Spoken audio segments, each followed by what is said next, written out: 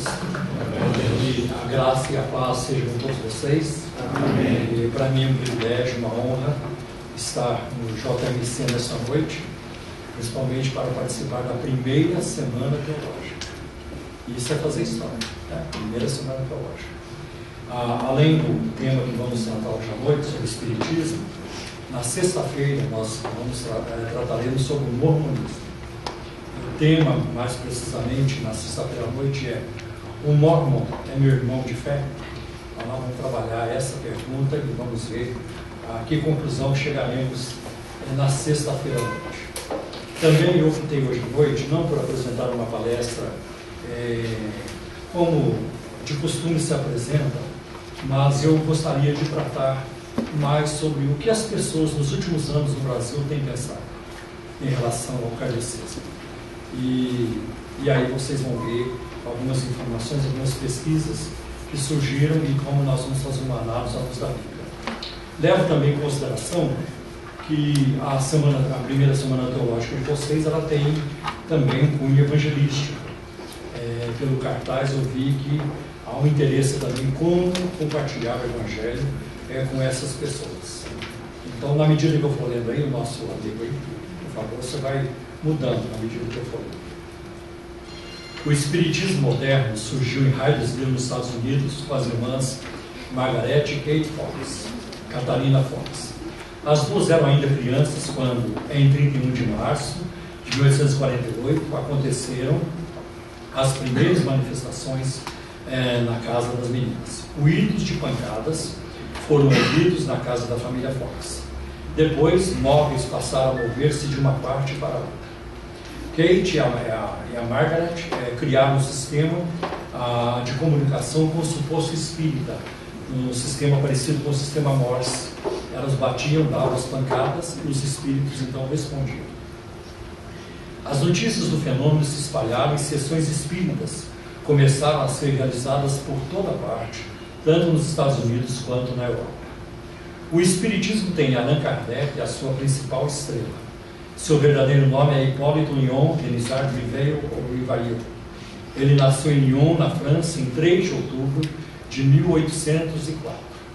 Anos depois, mudou-se para Yverton, na Suíça, onde estudou com Pestalozzi. Kardec formou-se em letras e ciências e doutorou-se em medicina.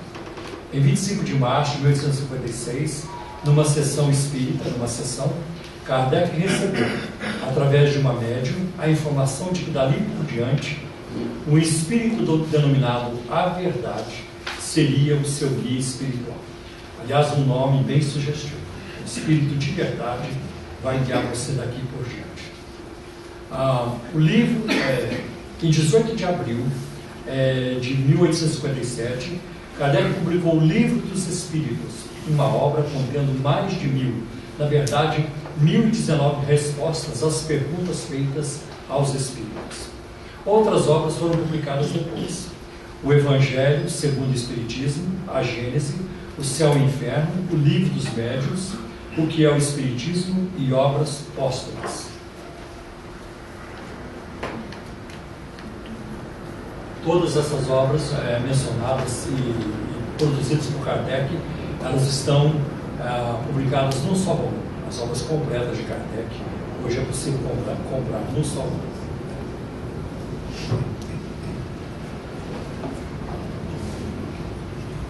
Kardec faleceu no dia 31 de março de 1869, em Paris, aos 65 anos de idade, vítima de um aneurisma cerebral.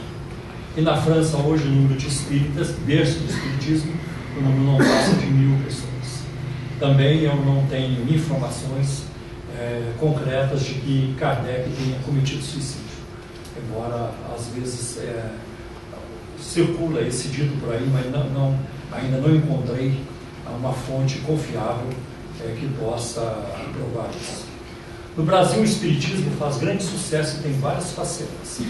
A Legião da Boa Vontade, a LBV, ela foi fundada por Alzira Zaru e atualmente dirigida pelo José de Paiva Neto.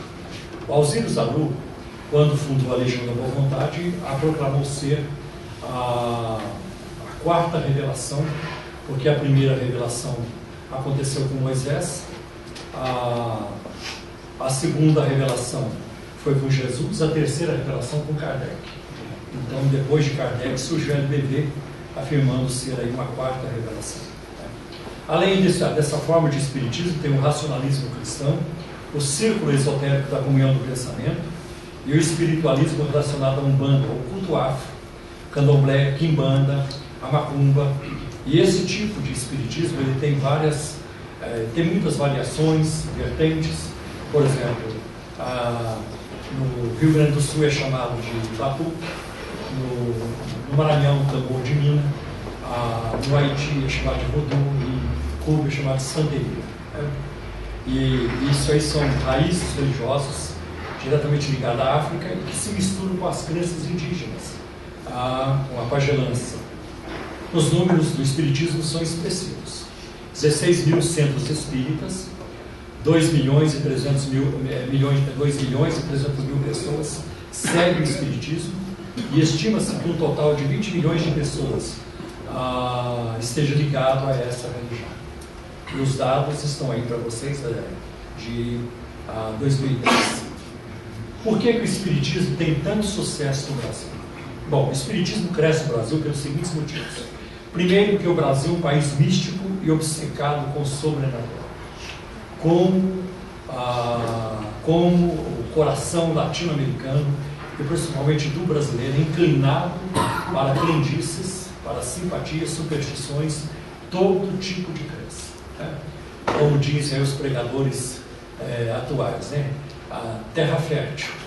E a terra é muito fértil, é tão fértil que cresce até muita abobrinha, Então, isso vai acontecer. Então, o Brasil é um país místico, obcecado com o sobrenatural. Então, cresce de tudo no Brasil. O que você imaginar, as pessoas passam a crer e abraçam com toda, às vezes, boa vontade e às vezes com muita ingenuidade. Uma outra razão porque o espiritismo cresce no Brasil é a falha do catolicismo romano em atender os anseios espirituais dos seus membros e os escândalos de pedofilia. Por exemplo, principalmente na época da teologia da libertação e da ditadura, quando a Igreja Católica investia muito no discurso do protesto, foi uma época que facilitou muito o crescimento dos pentecostais no Brasil. Porque eu mesmo sou daquela época, na Igreja Católica, eu ia ser padre, passei 5 anos no convento, e o que a gente ouvia na igreja era mais ou menos isso.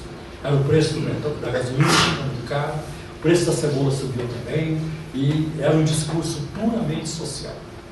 E aí as pessoas queriam algo mais. Queriam uma experiência mística, queriam um contato com o sagrado, queriam um contato com Deus, e elas não encontravam mais isso. Então, aonde que elas foram encontrar essa experiência sobrenatural? Principalmente nas igrejas pentecostais. Eu sei que as igrejas evangélicas em geral receberam muita gente, mas o maior número de pessoas foi para a igreja pentecostal. E também, hoje nós vemos uma realidade, a Igreja Católica tem sofrido muito com a questão da pedofilia, é um problema enorme, para a igreja, mas ao invés de muitos católicos desapontados com o catolicismo irem para as igrejas evangélicas, muitos estão preferindo ir para o espiritismo, para o kardecismo, porque as igrejas evangélicas também se especializaram na arte de produzir escândalos. Então a gente vai ver hoje, se você observar, na última década para cá, nos últimos 15 anos, nunca vimos tantos escândalos produzidos pela igreja evangélica no Brasil como nesses últimos anos. E isso também é um fator inibidor para que as pessoas busquem as igrejas evangélicas, principalmente os pentecostalistas. Uma outra razão porque o espiritismo cresce muito é a sua fachada cristã. O espiritismo adota a Bíblia, quando lhe é conveniente. O espiritismo adota a terminologia bíblica e a terminologia cristã. Então é muito fácil você encontrar centro espírita da Santíssima Trindade, ou centro espírita Jesus de Nazaré, centro espírita da Sagrada Família, centro espírito de Paulo e Estevão, uma coisa assim. Tá?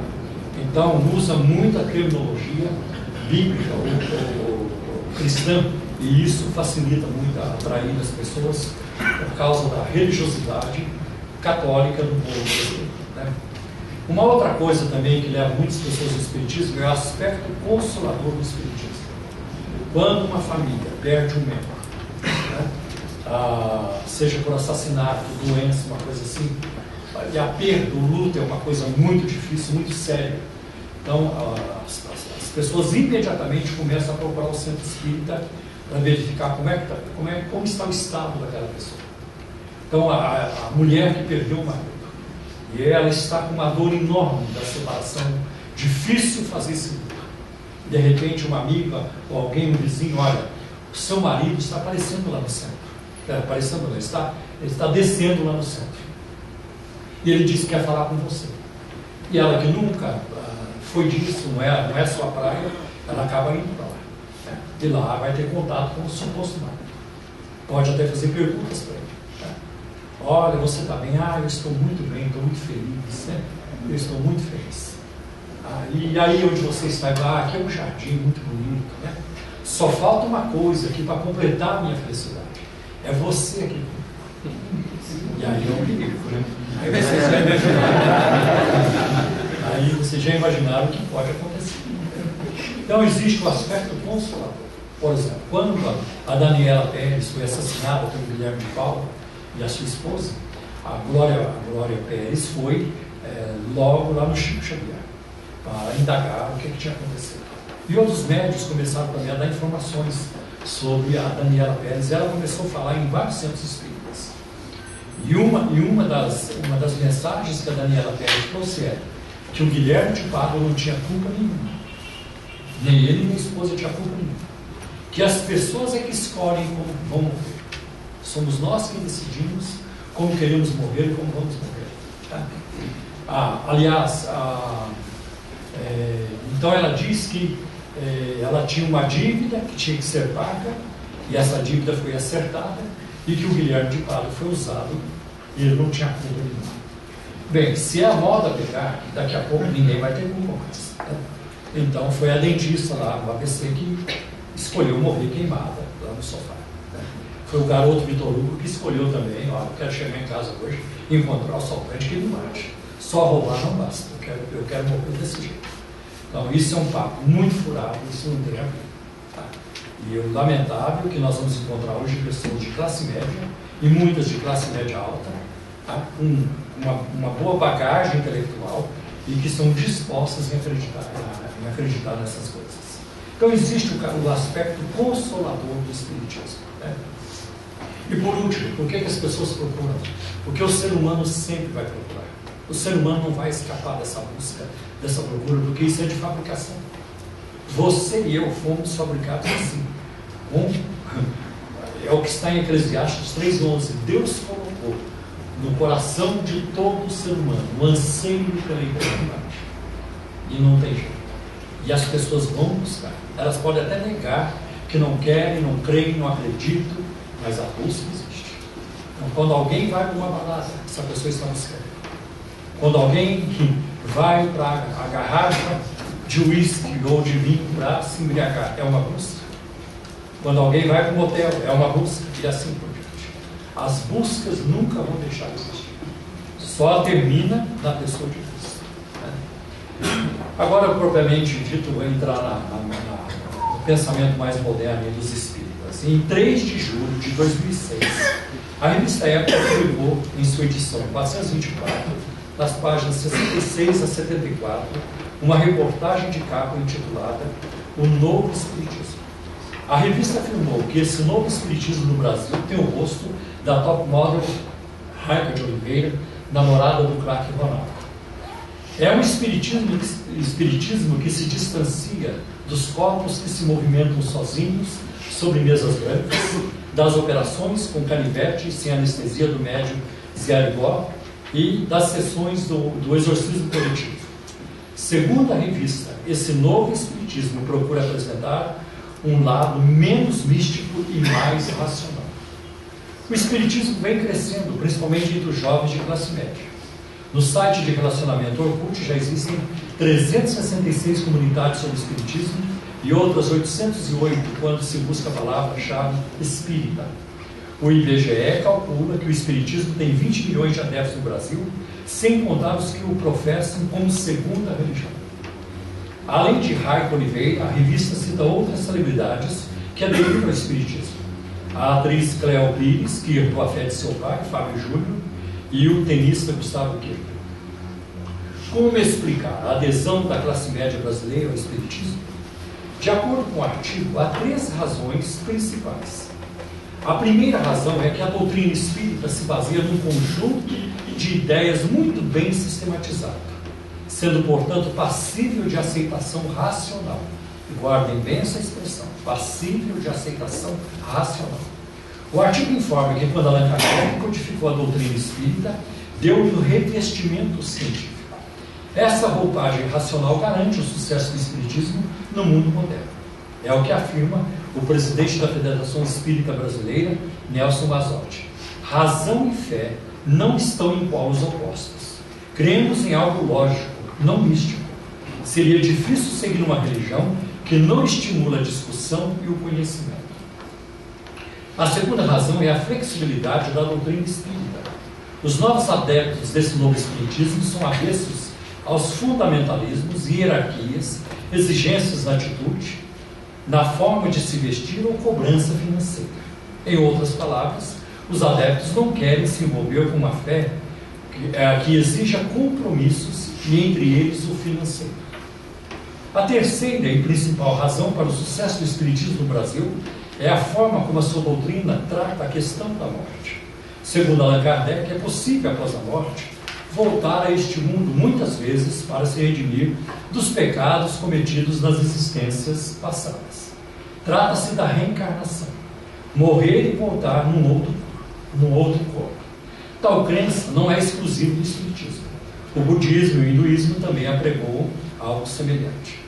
Pretendo analisar de forma sucinta, resumida, essas razões, não necessariamente na mesma ordem em que elas aparecem na revista. Primeiro, vamos ver quando o Espiritismo diz que ele atrai muita gente porque não exige das pessoas. Trata-se, então, de um compromisso light. Um compromisso light. Primeiro, a questão sobre a flexibilidade da doutrina espírita, que não exige compromisso das pessoas, né? Não se trata de um privilégio do Espiritismo. É o mal da época. A falta de compromisso, o crescimento da economia informal, a quebra de contratos, e aqui entra também a multiplicação dos divórcios, porque o número de divórcios hoje no meio dos evangélicos já se equipara, talvez já tenha passado o número de divórcios na sociedade secular. E isso aponta para uma tragédia que a igreja evangélica brasileira vive. Quando esses números mostram uma realidade, uma tragédia no modus vivendi da igreja evangélica brasileira. O enfraquecimento da pertença ou filiação religiosa, chamado de trânsito religioso, crentes que não param em lugar nenhum mais. Cada semana estão em um lugar diferente. É o crente turista. É o crente turista. E você sabe que turista não ganha, ele só gasta. Não tem lucro com nada, só vai gastando. É uma perda. Uma boa parte do mundo evangélico também vive a fé cristã de acordo com o que for mais conveniente e não de acordo com o que é correto à luz da Bíblia Sagrada, a palavra de Deus. Portanto, isso não pode ser apresentado como uma característica positiva de fidelidade religiosa. Então, é comum hoje vocês encontrarem atores e atrizes pornô dizendo eu sou evangélico também. Daqui a pouco é perigoso você encontrar sequestradores dizendo eu também sou evangélico. Eu sequestro porque é o meu ganha-pão. A igreja precisa entender que é o meu ganha-pão. Eu sou um assassino profissional, mas eu sou crente. Mas é o meu ganha-pão. E aí todo mundo está vivendo como quer, né? E assim por diante. Ao contrário, homens e mulheres da Bíblia, muitos vultos ao longo do cristianismo sofreram e deram as suas vidas pela fé que abraçaram. É o que declarou o apóstolo Paulo: traga em meu corpo as marcas do Senhor Jesus. Gálatas 6,17. Ao seu discípulo Timóteo ele escreveu: participa, sofre comigo as aflições, como bom soldado de Jesus Cristo. 2 Timóteo 2,3. Paulo explica ainda: por isso, por amor de Cristo, regozijo-me nas fraquezas, nos insultos, nas necessidades, nas perseguições, nas angústias. Pois quando sou fraco é que sou forte. 2 Coríntios 12, versículo 10. Pedro afirma, numa de suas cartas, que o sofrimento é necessário. 1 Pedro 1,6. Entretanto, esses ensinos, revelados por Deus nas Escrituras, não combinam com o espírito hedonista que tomou conta da sociedade atual, dominada pelo prazer e pelo egoísmo. Eu faço as coisas do meu jeito, ninguém manda em mim, eu decido. Não existe. Então aí você vê algumas coisas que marcam a sociedade brasileira, hoje a cultura brasileira. E uma das coisas que marca a cultura brasileira é a cultura da transgressão. Como a sociedade brasileira gosta de transgredir. É no farol, é na hora de furar fila, é nos vestibulares, exames e assim por diante. E nas igrejas também. Então a cultura da transgressão ela já se espalhou por toda parte. Então, você e eu sabemos que tem caixa 2 para ir nas igrejas, tem um punhado de coisa. Mas vamos em frente, que esse assunto que eu estou comentando é pior do que esse aqui. Então vamos em frente. A morte e a vida além. Segundo a revista, outra razão para o sucesso do Espiritismo é a sua doutrina de que a vida não termina na morte, mas é seguida pela reencarnação. De acordo com o Espiritismo, reencarnar é voltar ao corpo físico e que a reencarnação é um maravilhoso instrumento que Ele, Deus, nos oferece para a nossa própria redenção. No túmulo de Allan Kardec, na França, está escrito, seu dever, nascer, morrer, renascer e progredir sempre. Esta é a lei. Para que serve então a reencarnação?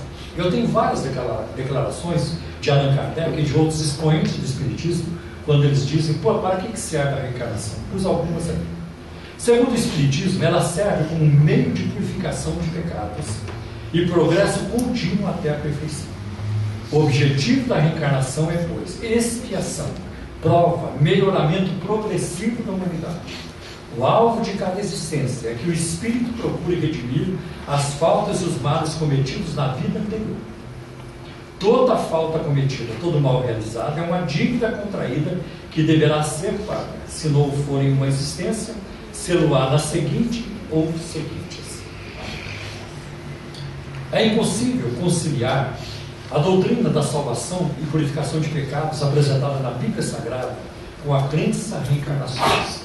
Não tem como você conciliar a doutrina, o ensino da reencarnação com a doutrina da expiação. Se a reencarnação for de fato um sistema de expiação, algo escolhido por Deus para nos purificar dos nossos pecados, o que vocês acham que Jesus estava então fazendo na cruz? Ele estava se divertindo? Ou ele morreu de bobo, não sabia o que estava fazendo?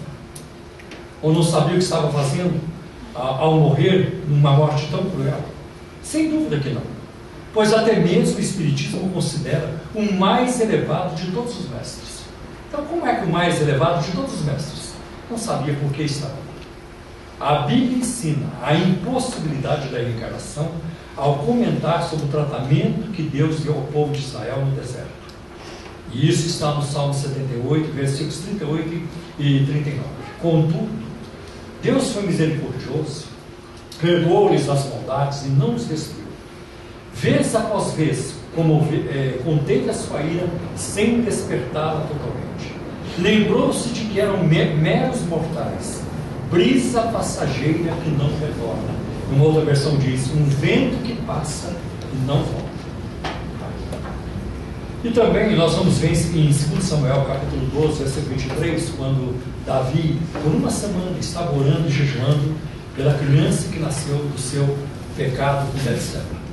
E a criança estava entre a vida e a morte. Morre ou não morre? Davi foi jejuar e orar. No fim de uma semana, a criança morreu. E aí ele parou de jejuar, parou de orar e foi comer. E os seus servos não entenderam, perguntaram: o que aconteceu? Enquanto a criança estava viva, você estava orando e jejuando. Agora que ela morreu, você foi comer? Ele disse: é verdade. Enquanto a criança estava morta, eu tinha esperança. Quem sabe Deus vai poupar a criança, ela viva. Mas agora que morreu, por que eu vou agora continuar? Poderiam fazê-la mais voltar? Não posso mais fazer essa criança voltar. Eu irei a ela, mas ela não voltará para mim. Esses textos mostram claramente que é impossível alguém voltar a este mundo como ensinos reencarnacionistas. O apóstolo Paulo escreveu que tinha desejo de partir, de morrer e estar com Cristo, não desejo de reencarnar. Irmãos, teve desejo de ir, não vejo a hora de voltar, porque eu amo muito vocês. Não foi isso. Filipenses 1:23.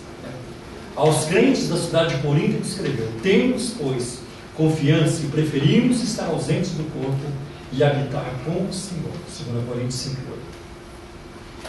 As Escrituras Sagradas afirmam abertamente que Cristo morreu pelos desígnios eternos de Deus, ao mencionar o Cordeiro Jesus, que foi morto desde a fundação do mundo. Apocalipse 13 e versículo 8. E segundo as Escrituras, para ser salvo, é preciso crer em Cristo. Atos 16:16. Nascer de novo, nascer de cima, nascer do alto. João 3:3, João 3:5. E ser uma nova criatura ou criação. 2 Coríntios 5:17. Observe o que o apóstolo Paulo escreveu aos cristãos de Roma: se você confessar com a sua boca que Jesus é o Senhor e crer em seu coração que Deus o ressuscitou dentre os mortos, será salvo. Pois com o coração se crê para a justiça e com a boca se confessa para a salvação. Como diz a Escritura: todo que nele confia jamais será envergonhado. Não há diferença entre judeus e gentios, pois o mesmo Senhor é Senhor de todos e abençoa ricamente todos que o invocam, porque todo aquele que invocar o nome do Senhor será salvo. Romanos 10, versículo de 9 a 13. A Bíblia diz com muita clareza que o ser humano só pode ser perdoado e purificado dos seus pecados através da morte e do sangue de Jesus Cristo. O autor da carta aos Hebreus afirma a importância do sangue e da morte de Cristo na cruz para a nossa salvação ao escrever: portanto, irmãos, temos plena confiança para entrar no Santo dos Santos pelo sangue de Jesus, por um novo e vivo caminho que Ele nos abriu por meio do véu, isto é, do seu corpo, da sua carne. Hebreus 10, versículos 19 e 20. O apóstolo Pedro também declarou que o cristão não é redimido por meio de coisas perecíveis como prata e ouro, mas pelo precioso sangue de Cristo, como de um cordeiro sem mancha e sem defeito, imaculado. 1 Pedro 1, versículos 18 e 19. E o apóstolo João afirma que é o sangue de Jesus que nos purifica dos nossos pecados. 1 João 1,7 e Apocalipse 1,5. Bom, 1 João 1,7 vocês certamente se lembram: se andarmos na luz como Ele na luz está, temos comunhão uns com os outros, e o sangue de Jesus Cristo. Ali não diz: a reencarnação nos purifica de todo pecado. E o sangue de Jesus Cristo nos purifica de todo pecado. Em Apocalipse capítulo 1, versículo 5 está escrito: aquele que nos ama e em seu sangue nos lavou dos nossos pecados. E há outros textos na Bíblia que podem corroborar essa verdade. Onde entra a reencarnação em todos esses textos bíblicos, escritos não por inspiração de espíritos que nem se sabe de quem são, mas por inspiração do Espírito Santo, como declarou o apóstolo Pedro: antes de mais nada, saibam que nenhuma profecia da Escritura provém de interpretação pessoal, pois jamais a profecia teve origem na vontade humana, mas homens falaram da parte de Deus, impelidos pelo Espírito Santo. 2 Pedro 1, versículos 20 e 21. Agora há pouco falei sobre a questão de 1 Pedro 1,6, o sofrimento é necessário. Também citei o termo hedonismo, a busca imediata do prazer, a gratificação imediata, e isso é verdade hoje dentro da igreja evangélica. Tá? Então eu posso garantir para você que surgiu no seio da igreja evangélica brasileira uma geração de crentes que não tem mais qualquer disposição para sofrer pelo evangelho. O que é que eu vou ganhar com isso? Vou abrir uma igreja, quanto que eu vou faturar? E assim por diante. Então, foge daquilo que nós apresentamos aqui. Paulo fala do sofrimento, e Pedro também. Sofrimento é necessário. Sabe, irmão, não gosto de sofrimento. É muito ruim sofrer. Algumas coisas na vida são muito ruins. Como é ruim ficar sem dinheiro. Vocês sabem disso. É muito ruim ficar doente. É muito ruim. Eu não gosto de sofrer. Se eu gostasse de sofrer, eu seria faquinho, ia dormir em cima de cama de prego. Mas o sofrimento que é, nós temos que ter estrutura, e essa estrutura a palavra de Deus fornece para aguentar os trancos da vida, que surgem muitas vezes de forma inesperada. O espiritismo é racional?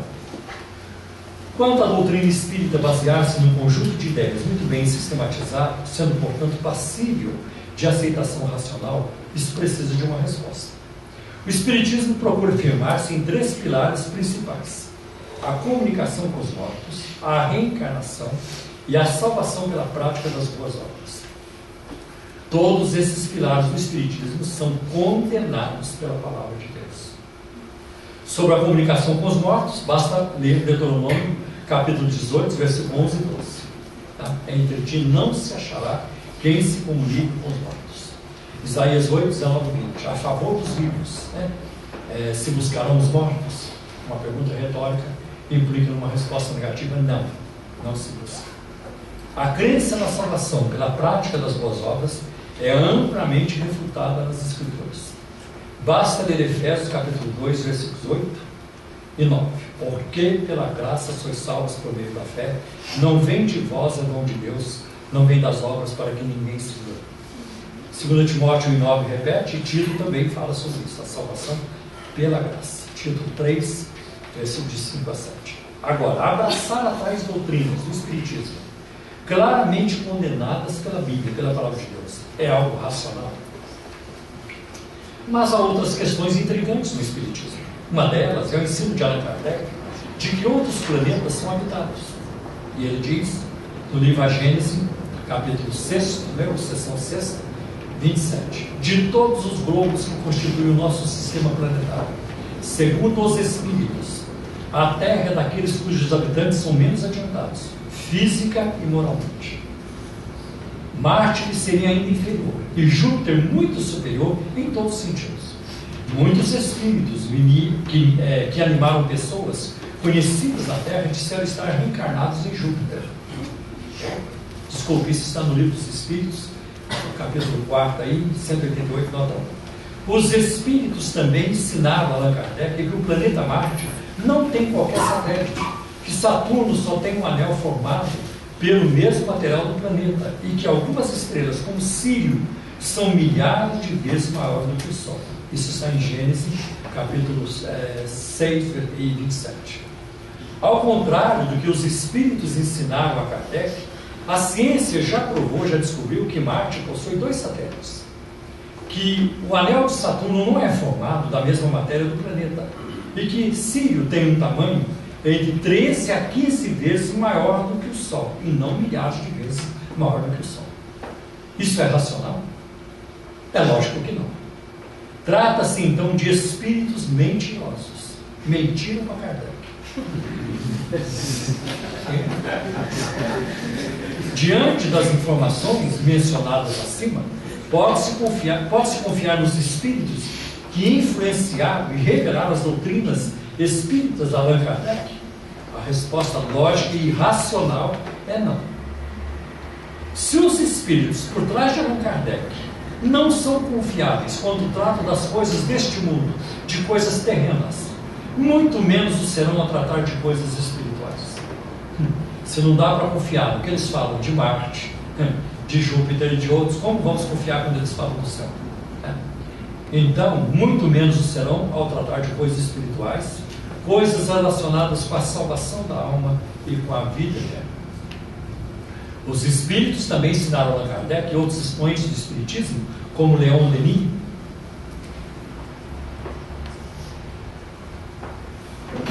E eu trouxe o livro do Leon Denis, Cristianismo e Espiritismo, na página 85. Bom, está documentado. Deixa eu ver. E como Leon Denis, atacar a Bíblia Sagrada, a palavra de Deus. Kardec declarou: a Bíblia contém, evidentemente, narrativas que a razão desenvolvida pela ciência não poderia aceitar hoje em dia. A Gênese, capítulo 4 e 6. Leon Denis afirmou: daí segue que não se poderia a Bíblia ser considerada a palavra de Deus, nem uma revelação sobrenatural. O que se deve nela ver é uma compilação de narrativas históricas e legendárias, de ensinamentos sublimes, de par com pormenores, às vezes triviais. Ora, usar a Bíblia para formular doutrinas como eles usam e atacar ao mesmo tempo é racional? Trata-se, no mínimo, de uma contradição. Seria como namorar uma garota, desejar casar-se com ela e difamá-la o tempo todo. É uma contradição. Quanto à salvação em Cristo, Leon Denis afirma: não, a missão do Cristo não era resgatar com seu sangue os crimes da humanidade.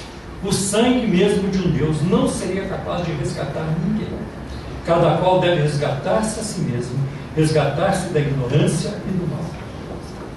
Nada de exterior a nós poderia fazer. É o que os espíritos aos milhares afirmam em todos os pontos do mundo. Basta comparar essa declaração de Leon Denis com Atos 20 e 28 para se constatar o engano do espiritismo. Quando Paulo fala aos líderes de Éfeso, aos anciãos de Éfeso: cuidem de vocês mesmos e de todo o rebanho, sobre o qual o Espírito Santo os colocou como bispos, para pastorear a igreja de Deus, que ele resgatou, que ele comprou com seu próprio sangue. Há muitos textos na Bíblia que demonstram os equívocos de Leon Denis, e aí você pode ver Efésios capítulo 4, versículos 13 e 15, Hebreus 9, versículo de 11 a 15. Insistir com Leon Denis é racional? É óbvio que não. Como pode alguém afirmar que a doutrina espírita se baseia num conjunto de ideias muito bem sistematizado, sendo, portanto, passível de aceitação racional? Pois quando Allan Kardec codificou a doutrina espírita, deu um revestimento científico?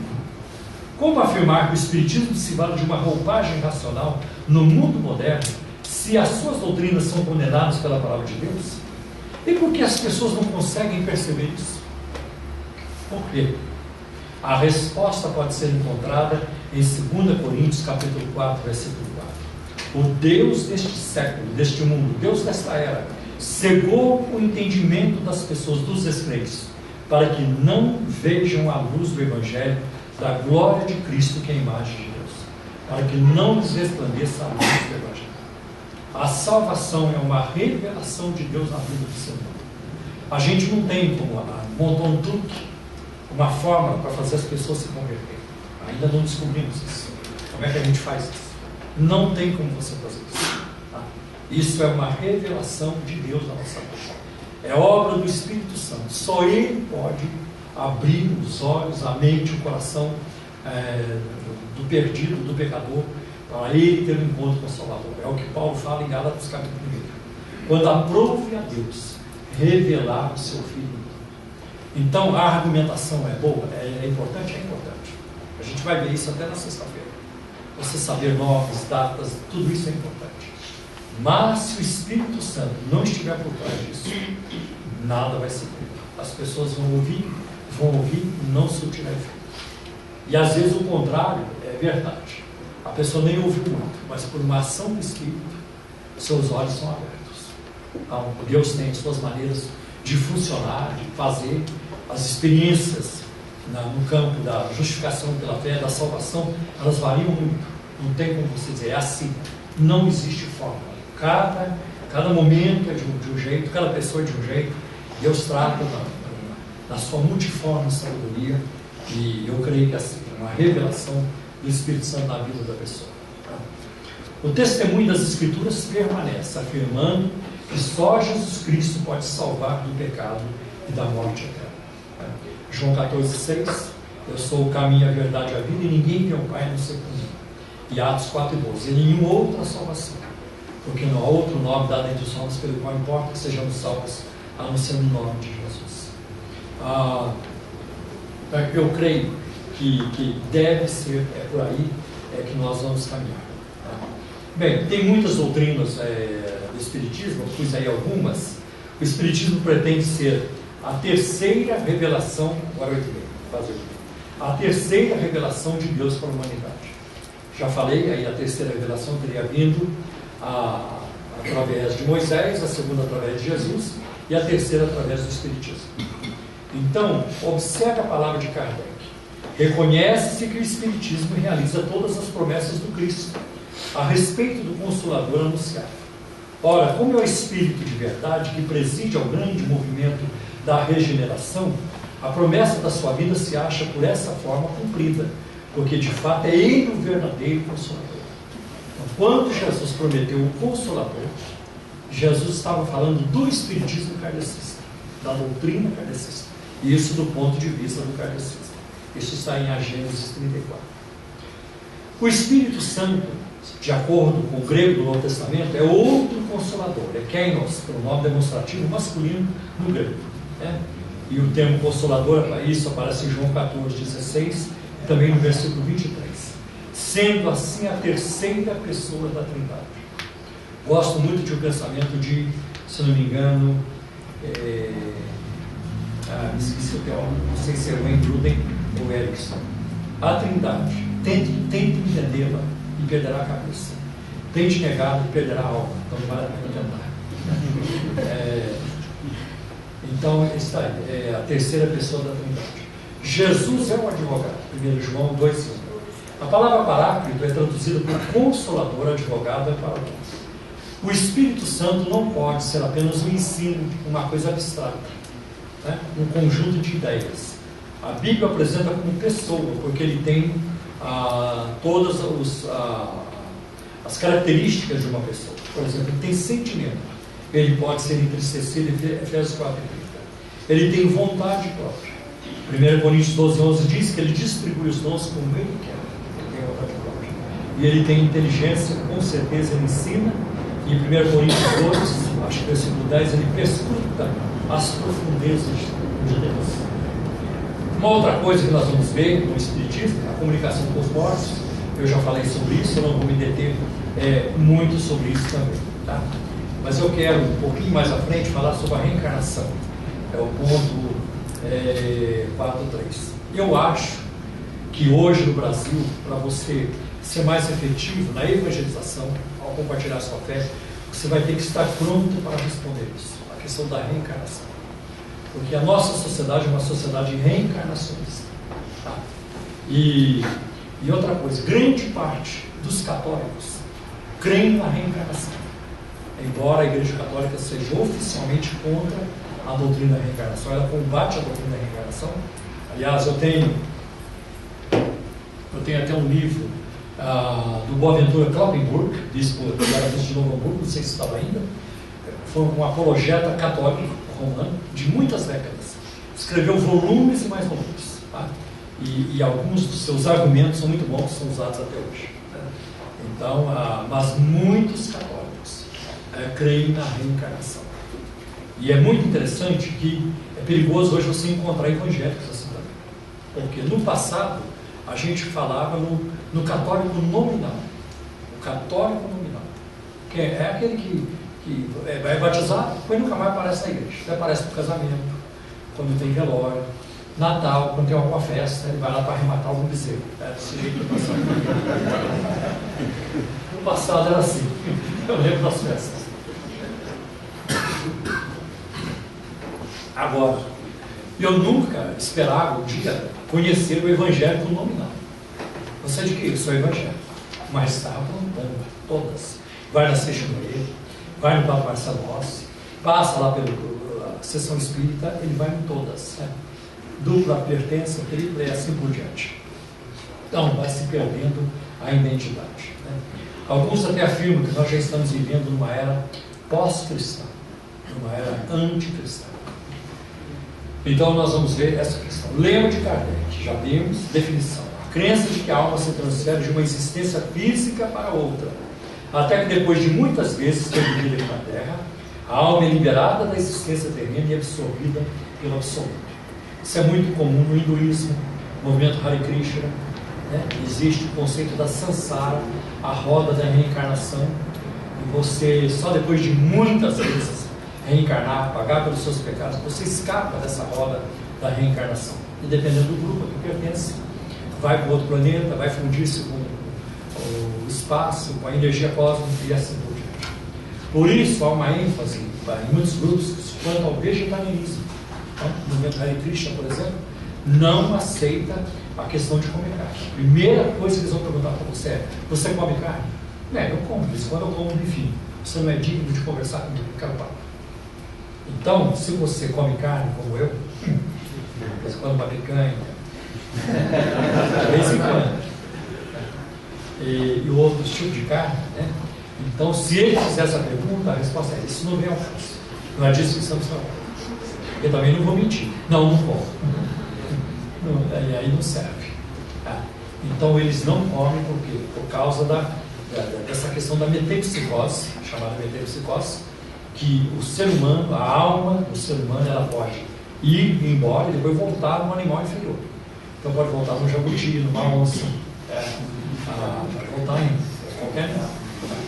Então, por isso você não pode matar qualquer animal, qualquer ser vivo. Você passa uma barata correndo lá na cozinha, não mata a barata, pode ser a sua avó que está na barata. Vai atrapalhar aí o ciclo de reencarnação da sua avó. Um pernilongo que vem zoar no seu ouvido, numa noite de calor, não detecta o pernilongo, você pode estar matando o teu tio. Isso aí pode complicar a vida, como é que eu digo, o progresso, a evolução espiritual. Não existe em todas essas crenças. E Kardec também falou de pluralidade de existências, né? É só depois de várias encarnações ou depurações sucessivas, num tempo mais ou menos longo e segundo seus esforços, que eles atingem o objetivo para o qual tendem. O Livro dos Espíritos, capítulo 4, página 196. Expiação e progresso contínuo até a perfeição. O objetivo da reencarnação é, pois, expiação, aprimoramento progressivo da humanidade. Alcance do objetivo final pelo esforço próprio. O alvo de cada existência é que o espírito procure expiar as faltas cometidas anteriormente. Já lemos isso também. Libertação final do corpo e assim por diante. Agora eu quero apresentar algumas refutações sobre isso. Os textos bíblicos usados pelos espíritas para provar que a Bíblia ensina a reencarnação. E um outro argumento muito comum que eles usam é que a Bíblia ela tinha muitos versículos que apoiavam a reencarnação, mas que a igreja, lá no início, principalmente nos primeiros concílios, arrancaram da Bíblia os textos que apoiam a reencarnação. Ora, se realmente a igreja cristã fez isso, ela fez um péssimo trabalho, porque não tirou alguns textos aí, por exemplo, de Mateus 11, 14. Este é o Elias que havia de vir. Eu teria tirado esse texto, se quisesse esconder a reencarnação, como eles dizem, né? Então vamos lá, possibilidade de João Batista ser Elias, né? Quando o próprio Jesus diz em João 11, 14, este é o Elias que havia de vir. Sabemos João Batista a reencarnação de Elias. João Batista foi um profeta de ministério semelhante e não o próprio Elias. Houve apenas uma identidade de ministério, né? Se Elias não morreu, de acordo com o 2 Reis 2:11, não poderia reencarnar, porque no Espiritismo, no Kardecismo, para a pessoa reencarnar tem que primeiro desencarnar. Então você tem que desencarnar para depois encarnar, voltar a encarnar. E é interessante que João 1:21, quando alguém chega para João e pergunta: és tu Elias? Eu não sou. Eu não sou Elias. O próprio João disse não ser Elias. Outra coisa, o verbo ser nem sempre pode ser interpretado literalmente na Bíblia. E aí todo mundo que faz hermenêutica já passou por isso. Por exemplo, em Mateus capítulo 12, versículos 46 a 50, alguém chega e diz a Jesus: mestre, estou aí fora tua mãe e teus irmãos que querem falar-te. E Jesus responde: quem é minha mãe? Quem são meus irmãos? Aquele que faz a vontade de Deus é minha mãe, irmãos e irmãs. É no sentido literal? Não, não pode ser. O fato de você fazer a vontade de Deus não te transforma em Maria. É no sentido representativo e simbólico. É como se fosse a minha mãe. E se você pegar, por exemplo, a cerimônia da ceia, da última ceia de Jesus, quando ele pega o corpo, quando ele pega o cálice, este é o meu corpo que é partido por vós. É no sentido literal? Não é no sentido literal. Porque Jesus não fez assim, arrancou um pedaço do seu próprio corpo, esse é o meu corpo. Já começou a ser partido por vós. Se você colocasse aquilo ali debaixo do microscópio, você não veria ali plasma sanguíneo, cromossomos, DNA e outras coisas do sangue, outros elementos do sangue. Então não é. Outra coisa, o diálogo de Jesus com Nicodemos, nascer de novo, significa ser regenerado, né? E a gente vai entender isso ao ler Pedro, capítulo 1, versículo 23, Tiago 1:18, João 16, 7 a 8. Outra coisa, já vimos que a purificação de pecados apenas através do sangue de Cristo, né? Não, eu acho que tem uma mistura aqui. Eu acho que tem alguma coisa aqui. Negócio de colar, botar para cá, para lá, para descer. Mas de todo jeito, eu quero mostrar para vocês o seguinte: o próprio Allan Kardec ensinou, e isso está no livrão dele ali, que a alma, quando ela morre, na eternidade, ela guarda, né, a aparência da última reencarnação. Então, aí fica uma complicação muito grande para o kardecismo. Porque quando nós vamos lá para o Monte da Transfiguração, Mateus 17, Jesus estava lá com Pedro, Tiago e João, e aí duas personagens do Antigo Testamento aparecem conversando com Jesus. Foi Elias e João Batista, não é isso? Não foi isso? Quem foi? Moisés e Elias. Mas tinha que ser o João, porque o João foi a última encarnação. Desculpa, é Moisés e João Batista, né? E não Elias. Então quem tinha que aparecer lá era Moisés e João Batista, e não Elias. Porque o Elias tinha que guardar, manter a aparência da última encarnação, que seria João Batista. E isso não acontece, era o Elias mesmo que estava lá. Então é mais uma complicação muito grande para eles nessa questão da reencarnação. Outra coisa, a Bíblia fala de ressurreição, a volta ao mesmo corpo, e não de reencarnação. E por último, salvação pela prática das boas obras. Kardec declara: fora da caridade não há salvação. O Evangelho segundo o Espiritismo, página 631. E veja ainda a declaração de Leon Denis: não, a missão do Cristo não era resgatar com o seu sangue os crimes da humanidade. O sangue mesmo de um Deus não seria capaz de resgatar ninguém. Cada qual deve resgatar-se a si mesmo, resgatar-se da ignorância e do mal. Nada de exterior a nós poderia fazer. É o que os espíritos aos milhares afirmam em todos os pontos do mundo. Cristianismo e Espiritismo, página, nessa minha edição está 85. E aí eu coloco a resposta bíblica para vocês. Isaías 64:6. Nossa justiça é como um trapo de imundícia. Somos salvos para as boas obras e não pelas boas obras, para praticar as boas obras. E os outros versículos eu já repeti também. Uma outra coisa muito interessante é quando Kardec declara que o Espiritismo e o Cristianismo ensinam a mesma coisa. E isso está no livrão dele. Agora, o Espiritismo nega a doutrina da Trindade, nega a divindade de Cristo, nega a existência de anjos, de demônios, nega a existência do céu, a existência do inferno, nega todos os milagres de Jesus, nega a autoridade da Bíblia e a veracidade da Bíblia. E eu pergunto: sobrou alguma coisa? Quando ele diz que o Espiritismo e o Cristianismo ensinam a mesma coisa, depois ele nega tudo isso, nega a ressurreição física de Jesus dentre os mortos, dizendo: no fim não sobra nada. O que sobra? Sobram três coisas: a comunicação com os mortos, a reencarnação e a crença na salvação pela prática das boas obras. Justamente estas que a palavra de Deus condena. Outra coisa muito interessante, porque com o advento da era de Aquário, na década de 90 principalmente, a questão da reencarnação veio muito à tona. Então, todo mundo querendo reencarnação. A Shirley MacLaine, por exemplo, a atriz de Hollywood, chegou a dizer que tinha sido uma prostituta na França, em séculos atrás. E o Rambo, Sylvester Stallone, disse que também tinha sido um soldado numa Revolução Francesa, e depois ele surgiu como um burro na Guatemala.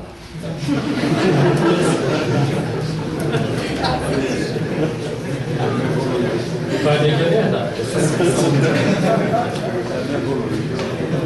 Então, a crença era muito forte na reencarnação. Houve uma febre muito grande em relação a isso.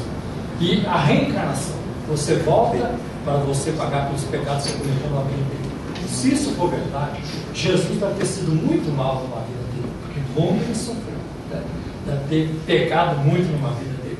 Então, são coisas que quando você lê a Bíblia, você não precisa ser teólogo, nem conhecer grego ou hebraico. À medida que você vai lendo a Bíblia, e ouve essas coisas, você vai ver, não bate. As coisas não coincidem de maneira nenhuma. Eu acho que é o que eu tinha para apresentar hoje. Se tiver reclamação, discussão, perguntas.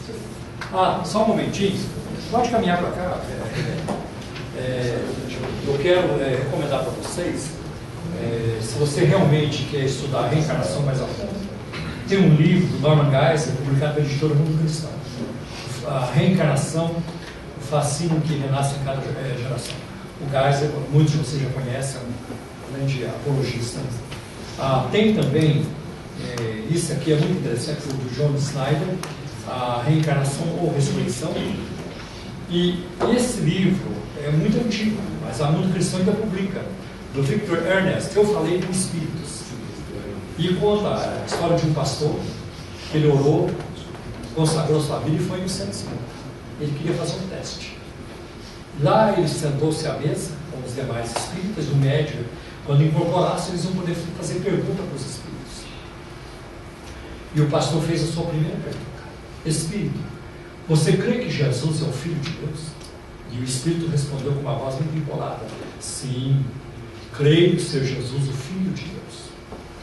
Aí o pessoal fez a sua primeira pergunta e o pastor foi fazer a sua segunda pergunta: Espírito, você crê que Jesus é o Filho de Deus e que veio a este mundo para salvar os pecadores? Dessa vez o Espírito respondeu, já demonstrando uma certa irritação: sim, eu creio ser Jesus o Filho de Deus, que veio a este mundo para salvar os pecadores. E aí, quando chegou a vez do pastor fazer sua última pergunta, ele a fez.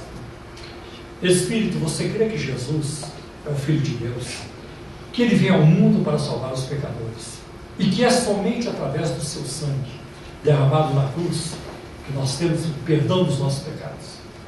Naquele momento o médium não respondeu. Ele foi jogado com muita força, com muita violência contra a parede e caiu da cadeira, ao bater na parede, gemendo como se estivesse em grande dor. E o pastor saiu dali dizendo: agora eu entendo, agora eu sei quem é que eu quero. Então eu acho interessante, porque quando você se aventura no mundo dos espíritos, tem muita coisa que acontece. Tem muita coisa. Sei também que nenhuma experiência que não tem base na Bíblia, a gente descarta. Eu aprendi isso. A palavra de Deus, ela é a pedra de toque. Não importa se a sua experiência é bonita demais ou feia demais, mas a Bíblia tem que dar a palavra final. Já ouvi também falar de espíritos que se manifestaram. Um espírito se manifestou no centro espírita como Spurgeon, o príncipe dos pregadores ingleses. E aí a pessoa que estava lá perguntou para ele se ele poderia nomear quais eram os 4 evangelhos. E ele só conseguiu nomear 2. Ele não lembrava os 4 evangelhos. Príncipe dos pregadores ingleses. Eu acho que se fosse Calvino seria alguma coisa.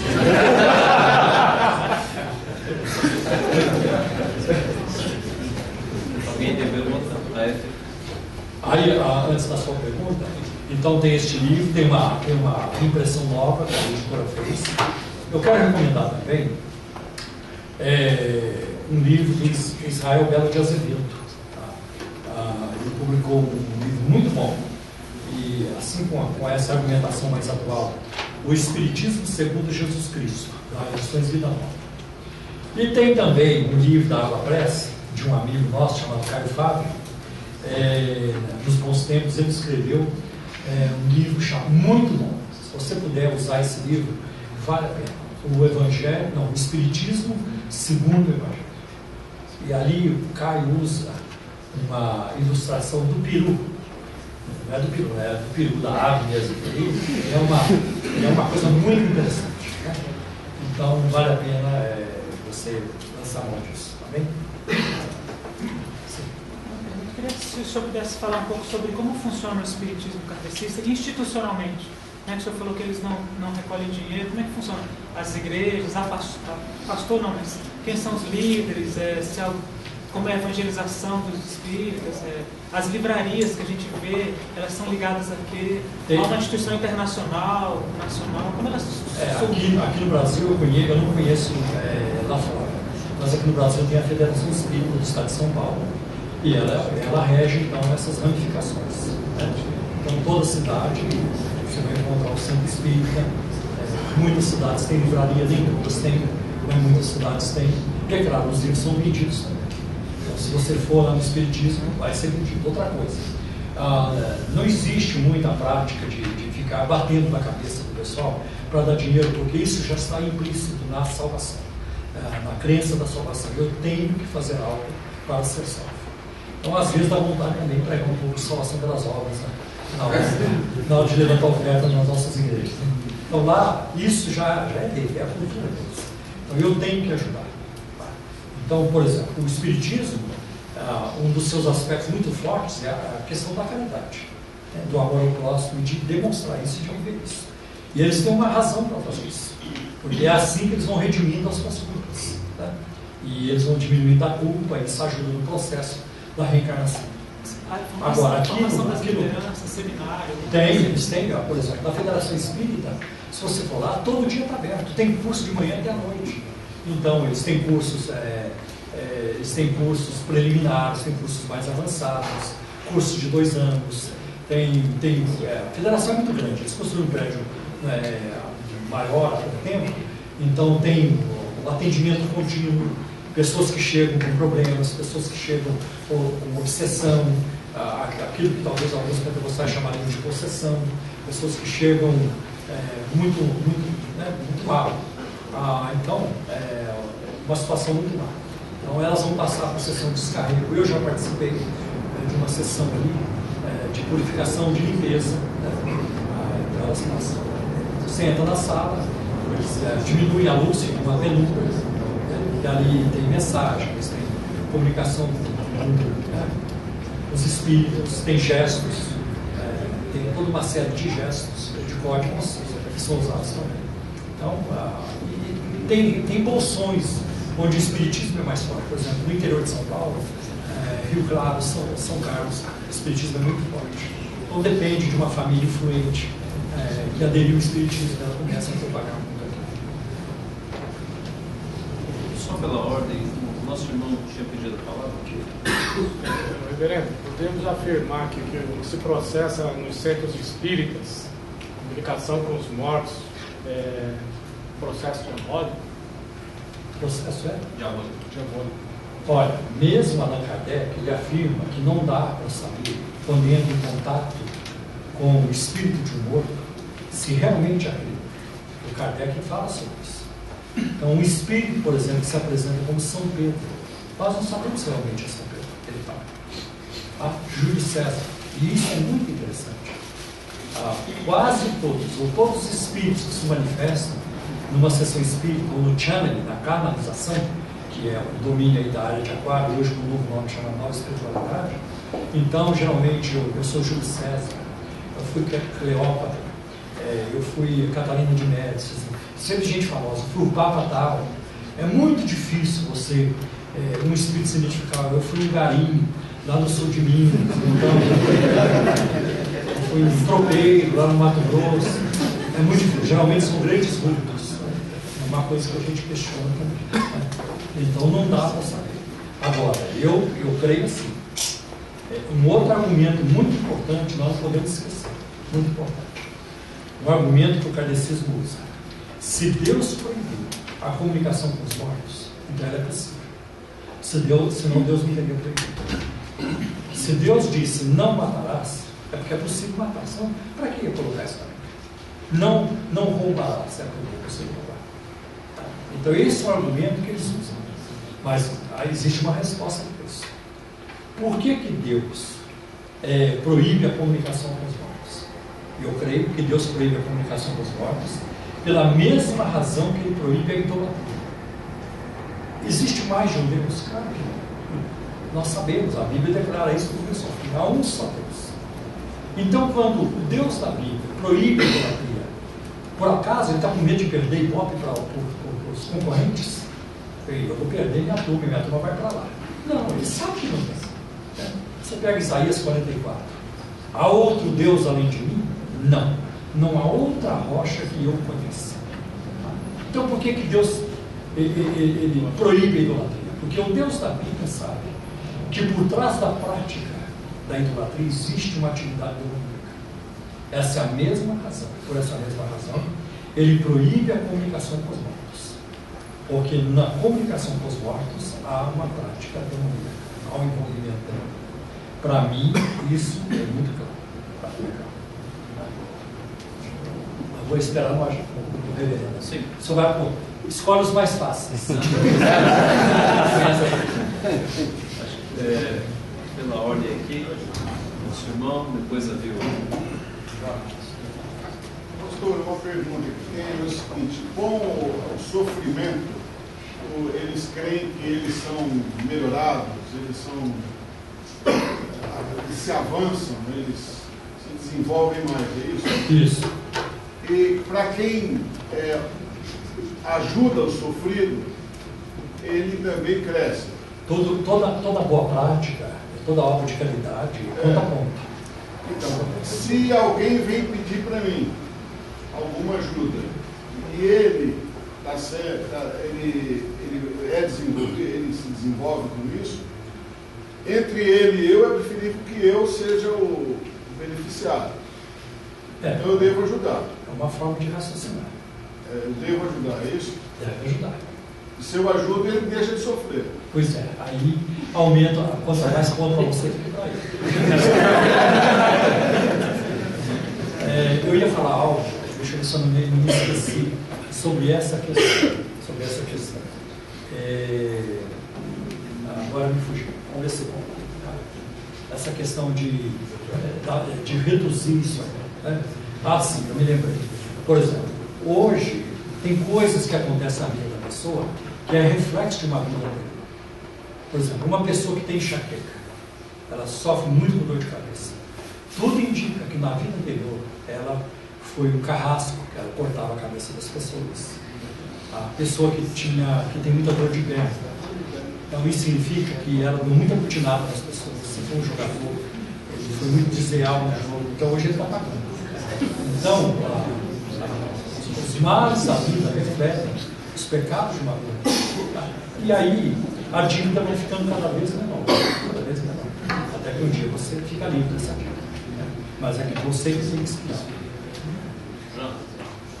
Irmão, na interpretação do senhor, quem Saul vê, ou o que Saul vê, aí é 1 Samuel 28. 1 Samuel 28 é uma questão muito controvertida. Tem teólogos, você vai encontrar, tem Bíblias hoje traduzidas do inglês para o português, que afirmam que foi realmente Saul quem apareceu. Tem outros que afirmam que não. Qual é o argumento? O argumento da turma que afirma que sim, é quando a Bíblia diz, e disse Samuel. E disse Samuel. A contra-argumentação é essa. Texto inspirado não quer dizer conteúdo inspirado. Pode ser isso. Agora, a turma que diz que não foi Saul, que foi um demônio, argumenta o seguinte: Deus já não falava mais com Saul, nem por sonho, nem por mim, nem por dormir, nem por profeta, por mim. Deus simplesmente desistiu de Saul, não quis mais papo com Saul. E outro, quem é que participou daquela sessão espírita? A feiticeira de Endor. Quem estava presente? A feiticeira, Saul e 4 servos de Saul que nem eram de Israel, eles eram pagãos, como se diz, eram de outras nações. Né? E a pergunta é: podemos confiar no discernimento da feiticeira? Não. Podemos confiar no discernimento de Saul? Também não. E no dos servos? Também não. Tá? Então, essa é a argumentação. Outra coisa que eles argumentam, o pessoal que diz que não é que a mensagem que Samuel deu, porque ele se baseou na informação dela, é que amanhã você e seus filhos estarão comigo. E isso não aconteceu. Né? A Saul não morreu no dia seguinte, com seus filhos só morreram, acho que 17 dias depois, e nem todos os filhos de Saul morreram. Alguns ficaram vivos ainda por muito tempo. Então, outros argumentam assim: não, mas quando falou amanhã você morrerá, você e seus filhos, está dizendo um dia você vai morrer, mas isso não tem. Isso já está claro na nossa vida. Ninguém precisa chegar para mim dizendo: Paulo Romero, um dia você vai morrer. Todo mundo já sabe. E um detalhe, pastor, diz lá no texto, entendendo ela que era Samuel. Entendendo, então. Nem ela tinha certeza. Exato. Então não dá para confiar no discernimento dela. Olha, eu gosto muito do argumento da Bíblia Chat. A nota de rodapé da Bíblia Chat, se você puder depois ver, é a melhor argumentação que eu conheço em Bíblias de estudo sobre essa questão do Samuel, 1 Samuel 28. E também a turma que é contra, né, que diz não foi Samuel, foi um demônio, que se nós admitirmos que foi Samuel, nós estamos dando uma... Mas aí também eu não concordo, porque nós temos que ir pela Bíblia, e não pelo que facilita ou não facilita. Agora, eu tenho mais uma coisa a acrescentar. A profecia de Samuel ali não se cumpriu. Agora, se você pegar 1 Samuel 3,19, a Bíblia diz assim: e crescia Samuel, e o Senhor era com ele, e nenhuma de todas as suas palavras deixou cair por terra. Então, o ministério profético de Samuel, ele foi 100% íntegro. Então, nenhuma de suas palavras deixou cair por terra. Ora, se Samuel em vida, na carne, no sais, ele não errou, como é que ele erraria depois da morte? Aí não tem jeito.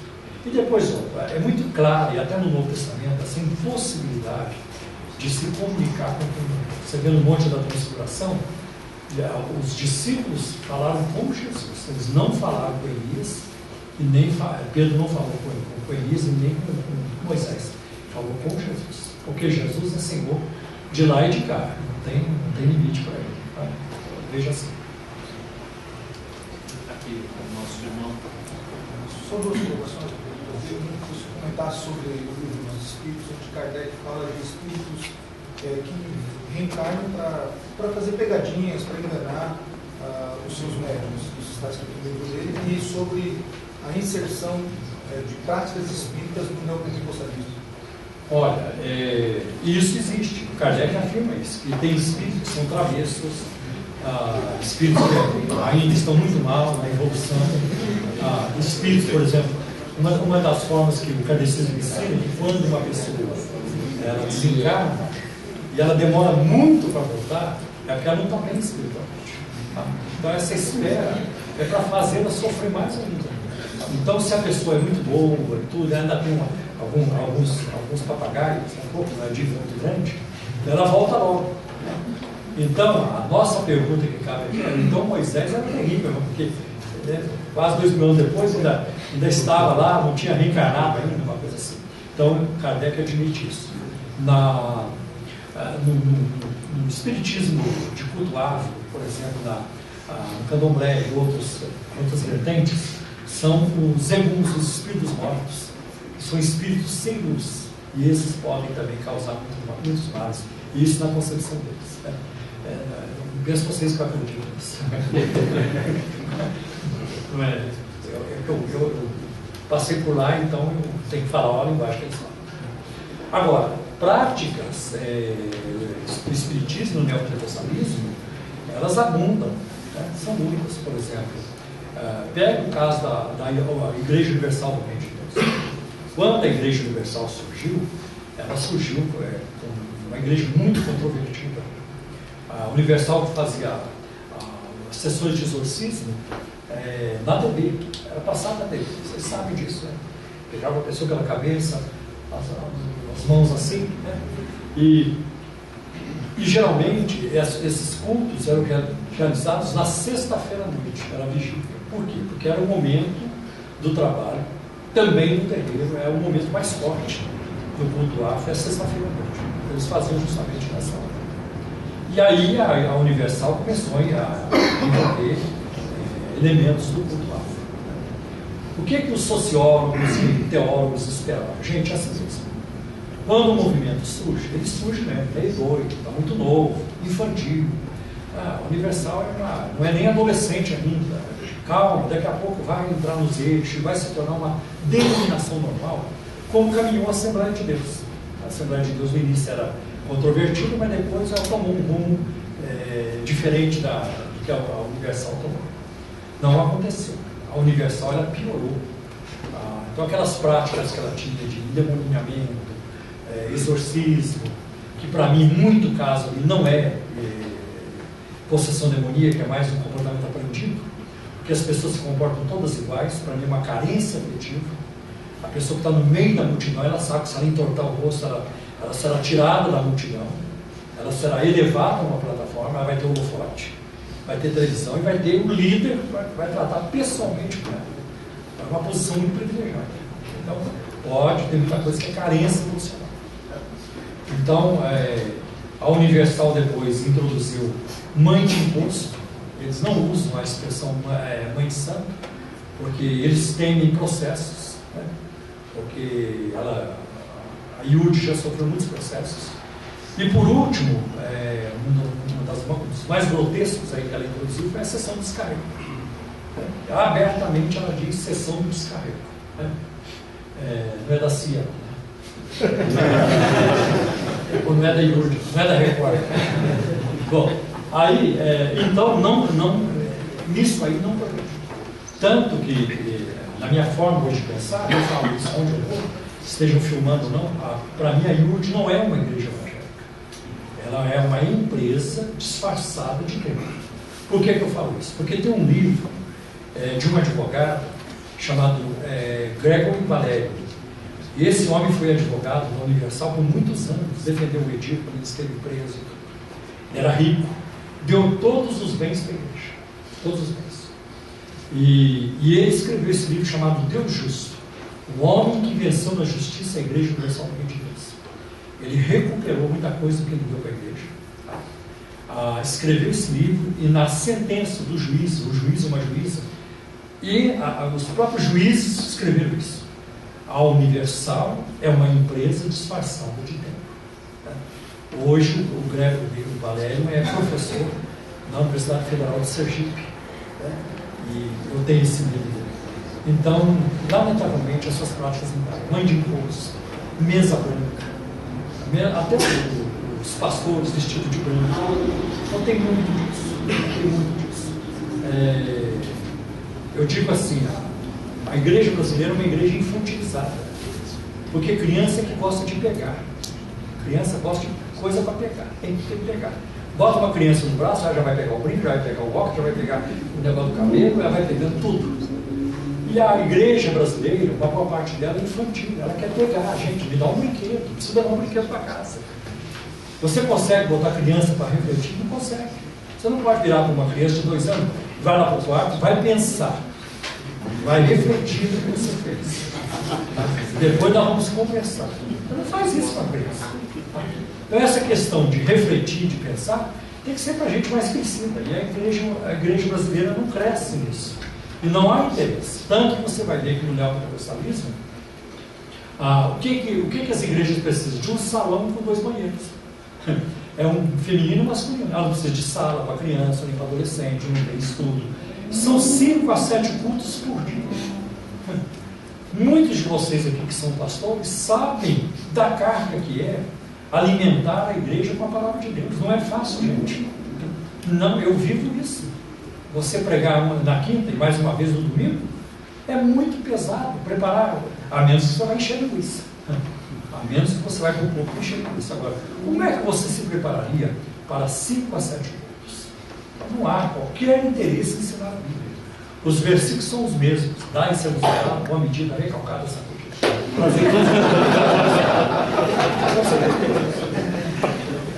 Aquele que seria pouco também vai ser claro. Esses são os versículos. E eles passam por um treinamento muito rápido. Na Universal, o treinamento pode durar um sábado, de manhã e à tarde, já é pastor. Muito delicado. O que é que esse povo vai aprender? E uma mistura enorme, imaginância, agora, e ganho de bispo para ser ganhado. Então tem muito disso. Tem muito dessas coisas. Só para você ter ideia, o que eles andam fazendo, porque na sexta-feira o meu assunto vai ser outro.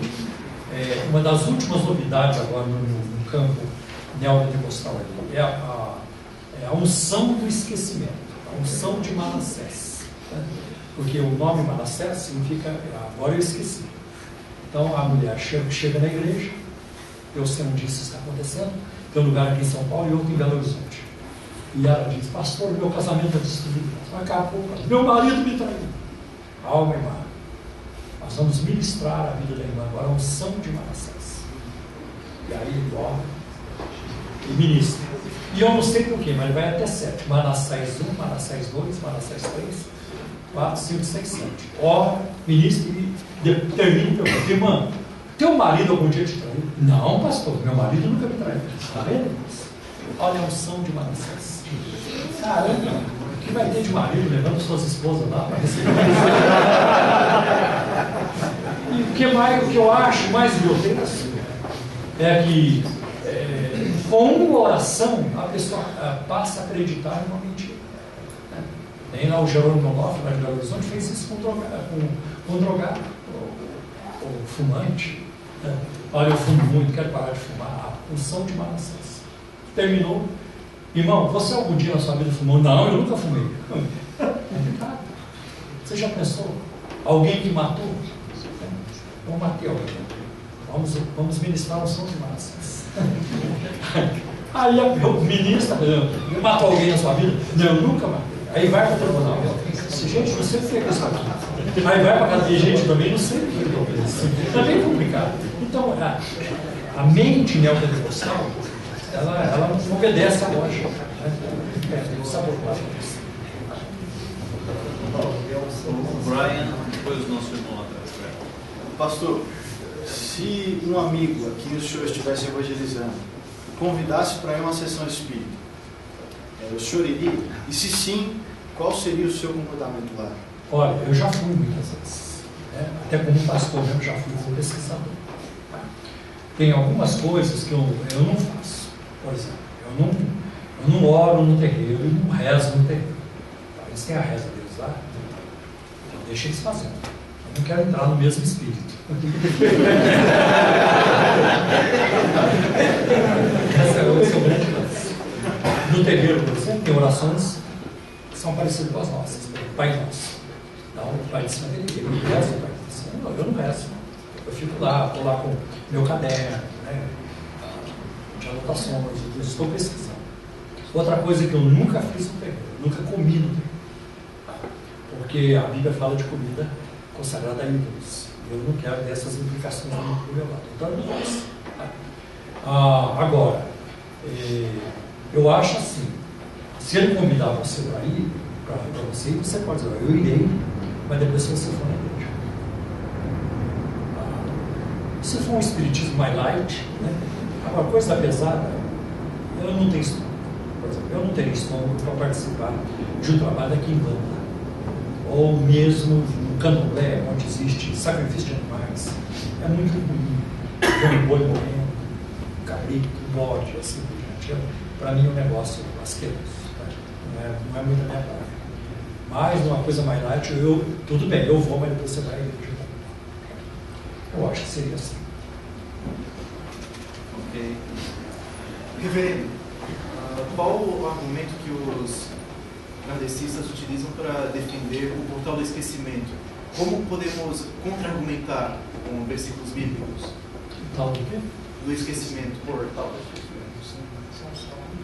Não, do esquecimento que eu estou falando não é do espiritismo. É uma prática neopentecostal. É isso? Não, o portal do esquecimento, que sempre que o espírito reencarna, de acordo com eles, passa pelo portal do esquecimento que esquece da vida anterior. Ah, sim. Como é que foi a sua pergunta? Como eles explicam e como podemos contra-argumentar com versículos bíblicos? Olha, de fato, se eles falam que não tem nada para lembrar, uma das razões que dos argumentos que nós podemos dizer é que não tem nada para lembrar para nós nunca estivemos lá. Eu acho que Jeremias, capítulo 1, ajuda muito nessa hora. Antes que te formasse do ventre te conheci, e antes que saísse da madre te santifiquei, as nações te dei como profeta. Então a Bíblia está falando aí da pré-existência do ser humano? Não. A Bíblia está falando da presença de Deus. É como se Deus estivesse dizendo para a cidade de Brasília: antes que fosses escolhido como capital, eu já te conhecia. Antes que fosses edificado, eu já sabia o que ia acontecer. Isso significa que o Brasil já existia há 100 anos? De jeito nenhum. Isso fala da presciência de Deus.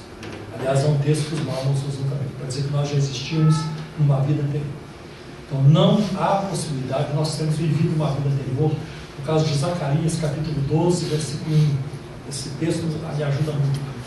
Zacarias 12, 1. Fala o Senhor que fez o espírito do homem e o colocou dentro dele. Então, para mim, o ser humano passa a existir quando o elemento do homem se encontra com o alimento da mulher, e aí sim, a vida humana começa a se formar, tá? Nesse momento. Mas a Bíblia não fala da nossa pré-existência. Nós existimos antes disso. Tá?